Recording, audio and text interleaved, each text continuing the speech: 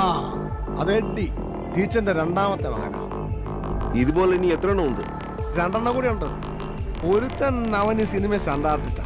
അവനിടയ്ക്ക് ഈ തള്ളയെ വന്ന് കണ്ടു പോകാറുണ്ട്. ആളൊരു റോമിയോയാ. പിന്നെ മൂത്തിരുത്തൻ അവനെങ്ങനെ കുഴപ്പക്കാരന്?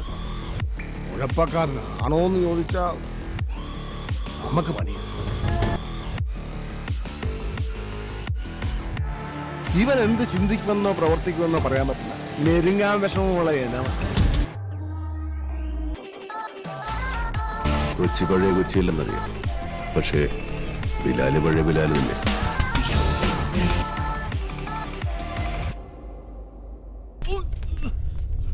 ഇവന്റെ വാപ്പായ ദുബായിലായിരുന്നു, ഒന്ന് കാണാൻ വന്നതാ. കോളനിന്നല്ല, അവന്റെ ഉമ്മാന്റെ ഗർഭപാത്രത്തിൽ നിന്നാണെങ്കിലും പൊക്കിയിരിക്കും.